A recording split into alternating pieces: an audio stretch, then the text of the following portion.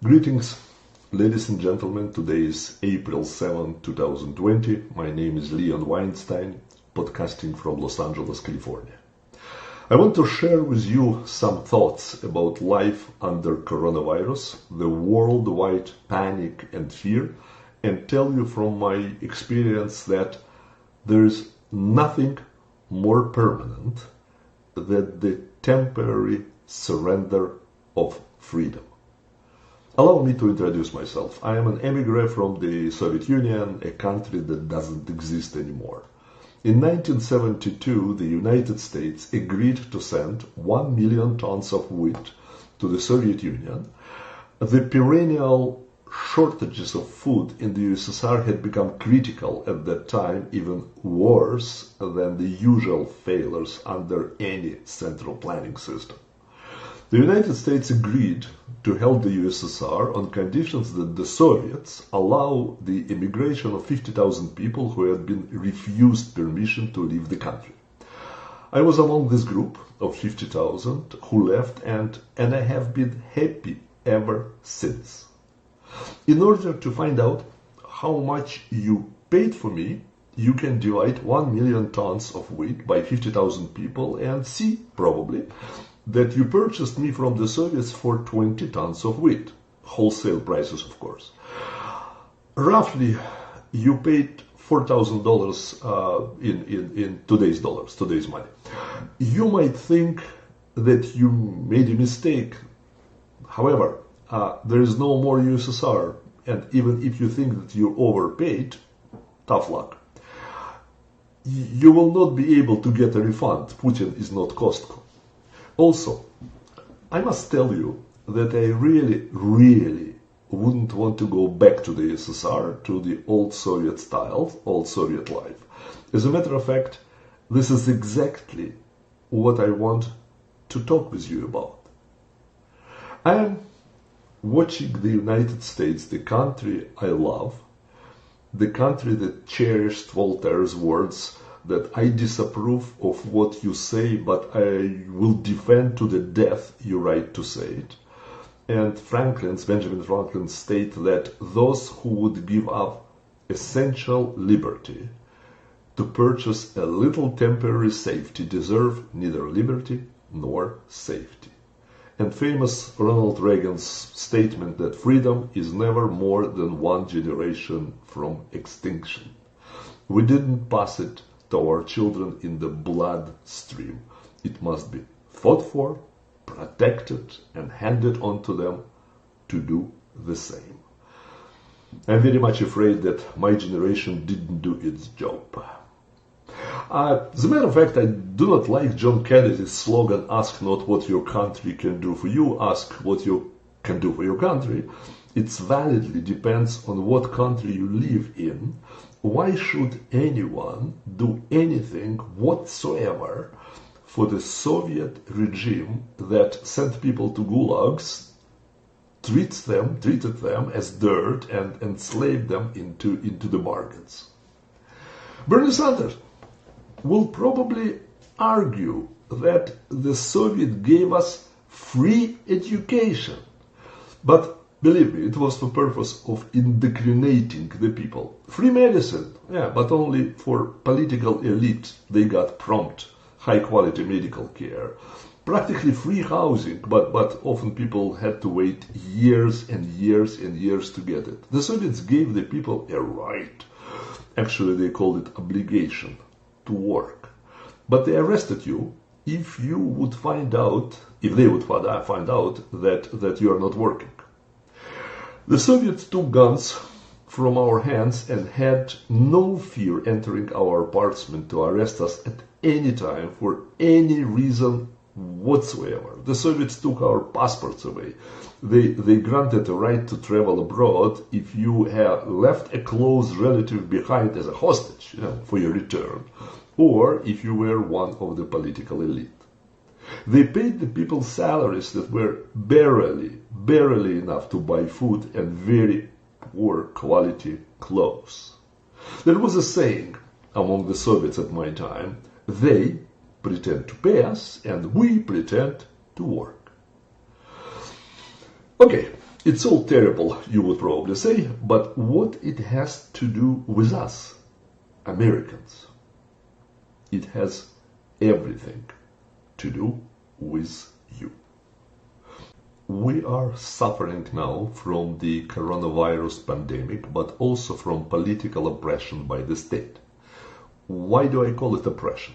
Because in the name of public health, many small businesses are closed, many large businesses are not functioning. Those businesses are called non-essential, but they are essential to their owners and to their employees who were thrown out of work. The United States will create $2 trillion emergency help and will print $4 trillion in addition to that in money created out of the thin air. The impact of this cannot be predicated, but some things will happen for sure. People staying at home and getting paid. Great. But they're not producing goods. They're not providing services either. I know personally 2 computer geeks who were supposed to work remotely, but their equipment stopped working and they cannot find a single place to repair it. Because of fear, we will be afraid to go out to exercise because of the threat that we will be punished. If even we go out to play tennis on a tennis court. We're in the process of agreeing to allow our government to track all our movements in order to find whom we met during the last 2 weeks. Or maybe they're already tracking us without our knowledge, I don't know. And then those people whom we met are tracked to see whom they met. It is all to identify, who might be infected. It's for a good cause, they say, but and we believe them because we're scared. That tells me that the government and our phone companies and God knows who else can track all our movements and know precisely whom we meet, whom we eat with, what we ate, what clubs and organizations we associated with, and what we were talking and with whom. Is that scares you? It scares me a lot. If the Soviet secret police, the KGB, had such power, the Soviet Union would still exist. And I would be in prison for decades, probably along with many of my friends, except those who were on the KGB payroll. In America, we do have food on the shelves of stores, we still have supplies and spare parts, thanks God. But it is because someone is making them for us. Who? Probably, I would say, Chinese. We are not making them. We made less and less and less, what we used during the last 20 years. But we need to pay for those supplies, whatever they're called, essential, non-essential. We are borrowing and printing money to pay for goods and services, and we are not producing or producing less and less of anything to sell to others. One day, our suppliers will tell us to pay or else. And what does or else mean? It means that there will be shortages of food or medicine. We saw already fist fights for toilet paper. What do you think will happen after people have been standing in lines for hours to get food and suddenly they were told that it's not enough food for the whole line? This is what life was in the Soviet Union, in the USSR. If by the month of May our country is not working and not producing, we will give away more and more and more of our freedoms. Notice that Google is already policing us. Facebook, YouTube, censoring what can be published. They call it being politically correct or hate speech to censor opinions they don't like. We may not be allowed to demonstrate against the government or their policies. we may not be allowed to go door to door to gather support for our initiatives. Fear will be aroused in the people if the government is allowed to do with our freedoms whatever they want, to order us to do whatever they say is good for the tribe, good for the people. One California city is even using night vision equipped drones, made of course in China, to search for violators of the state's government orders. Maybe some of you will recall Ray Bradbury's Fahrenheit 451, where such things happened. A city in Washington encourages citizens to snitch on those who violate the stay-home order. Is this not like George Orwell's 1984? Travel has been curtailed. Americans are stuck abroad, not knowing when they can return home. There is a debate whether or not to allow cruise ships to come ashore, ships filled with our neighbors who want to return home to their families. Americans are giving up basic rights eagerly, and it's already, they think, temporarily altered how our society functions. I'm absolutely sure, I'm convinced that there is nothing more permanent than the temporary surrender of freedom. I wish I want to be wrong. And do not forget the tens of thousands of our fellow Americans who will suffer mental illnesses from the fear being created. The consequences of fear and panic will make people stressed and sick and will cost us lives. We already have enough suicides. I will not be surprised if the numbers will be doubled. I'm not blaming Trump. I understand his situation and wouldn't want to be in his shoes. If he had not reacted the way he did, the fearful mobs would kick him out of the White House. Maybe some were counting on that. I am sure that many of his opponents are happy with the situation. They were eager to have American life ruined and the great American recovery stopped.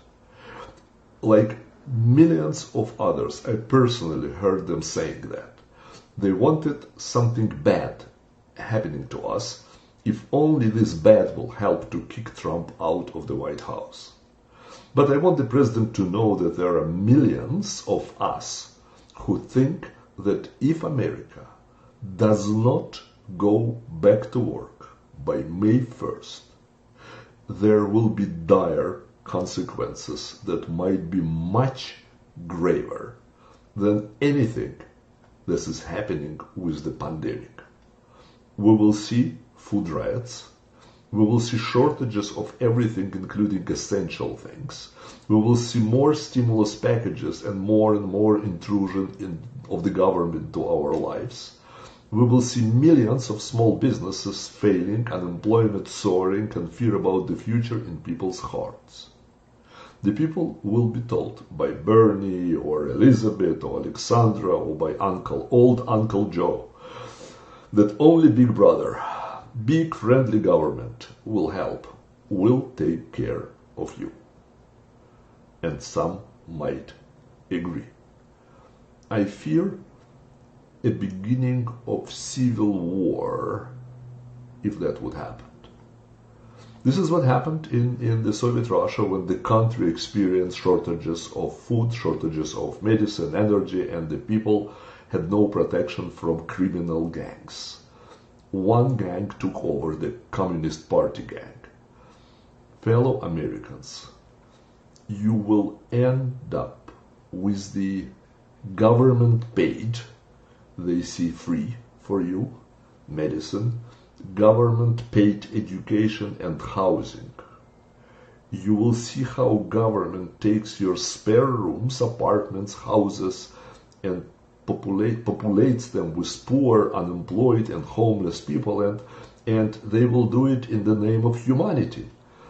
everything will be free, but we know that someone has to work hard so it will be free.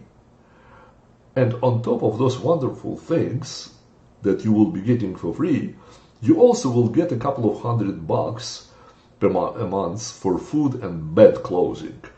And you will live knowing that you're a slave, like we did. But you will not dare to say that, because the big government doesn't like ungrateful people. There are re-educational camps to help you understand how lucky you are. This is not a picture exclusively of the communist Russia. It can be seen today in socialist Cuba, in North Korea and Venezuela and many other places. For humanitarian reasons, the state will confiscate the energy sector and other important sectors of the US economy. Do you think that cannot be happening in the United States of America? Think again. New York Governor Cuomo is sending troops to private hospitals to take from them ventilators and personal protective equipment. He is sending soldiers to take by force something from private citizens, private business. And what will happen if the owner will say no and get out of my property? He will be taken into custody, and if he resists hard enough, he or she will be killed. The government then will exercise full control over the financial industry, and if you decide to run against them in even local elections, they will soon find out what you were saying to your first girlfriend at high school prom and turn it against you. I hope we will not come to that. I hope Americans are resistant to that ideology. But life shows us that people will be ready to do many things out of fear. If someone instills fear in the people, then it is easy to manipulate them. Very easy. Now, several words about reality. Now, several words about reality. We were looking at Italy all the time and getting really very scary numbers.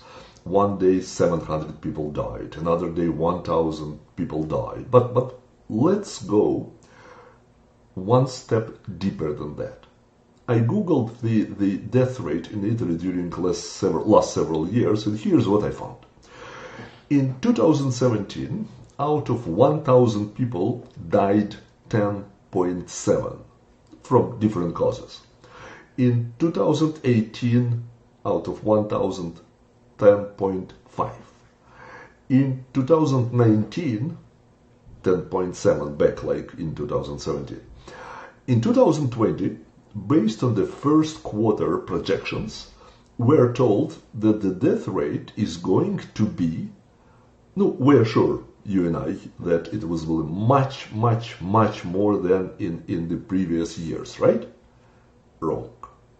The projected death for 2020 is 10.6 per 1,000 people, meaning less than in 2017 and 2019, and only slightly more in 2018.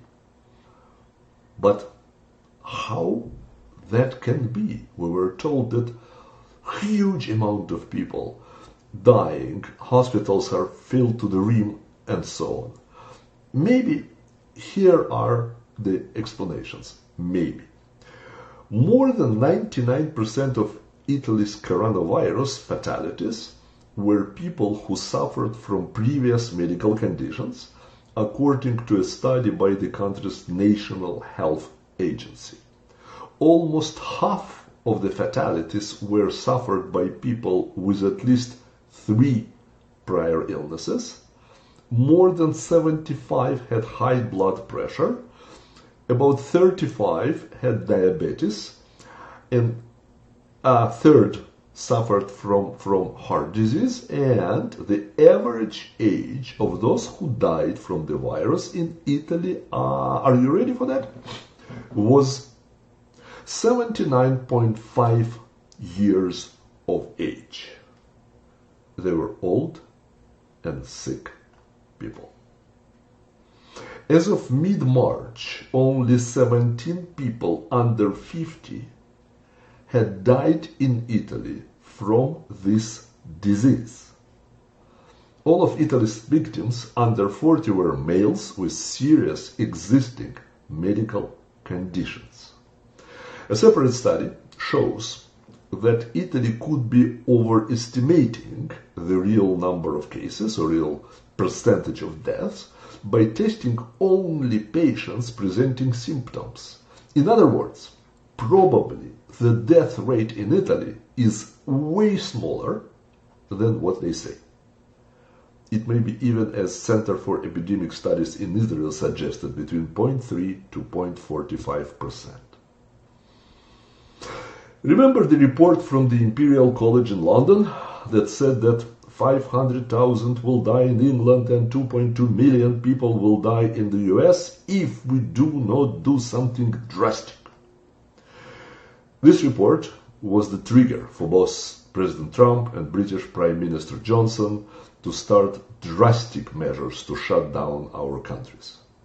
But the Imperial College has now published an article saying that they had a flaw in their calculations, and their new model shows that 0.66% of infected people will die. Now, that's more than from the regular flu, like twice as much, but not as many as will die in traffic accidents or drug overdose. If it is way less than people will die from committing even suicides or from smoking. I hope very much that America has learned several lessons during this outbreak. One is that we need to make everything essential for our lives here. You just never know when the outsourced product can disappear. We will need to figure out how to make them inexpensive and keep them good quality, high quality. This is difficult without vigorous competition, but it's doable. Can you imagine how results of those investments will raise our standard of living? 2. We must invest in our infrastructure. However, we cannot borrow money from the Chinese again and again and again. We need to figure out how to raise private money to rebuild our bridges and our roads. Maybe by giving investors the right to operate those roads by themselves on a commercial basis for a certain period of time. As a matter of fact, private roads are not a bad idea. They are a good idea. Privately owned food supply stores, no objection from anyone, right? Okay, this is my own personal opinion. 3. We will need to figure out, in case someone brings new virus or any other disease into our country, how to become a nation that does not stop functioning if biological warfare is unleashed on us. I'm not trying to hint to anything. It is one of our priorities, fellow Americans. Some aggressor will unleash biological warfare on us, especially after they saw what this pandemic did to our country. And 4, we need to change 2 systems at least: immigration laws and school education. We should be able to stop anyone who comes here without our approval, and we need to bring here bright and educated people in order to build our new economy. And we need to produce smart and knowledgeable people in America itself.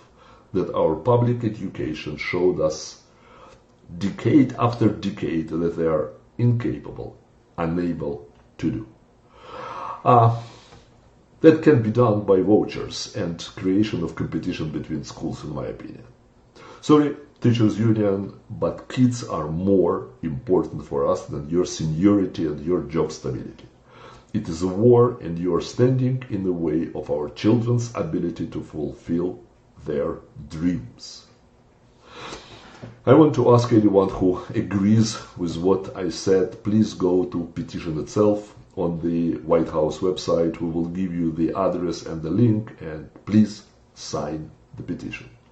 I want this plea to reach the White House in time. They need to know that we want to return America to its greatness. Thank you for listening. Please go and sign the petition now. Again, my name is Leon Weinstein, and I am asking for your approval of this message.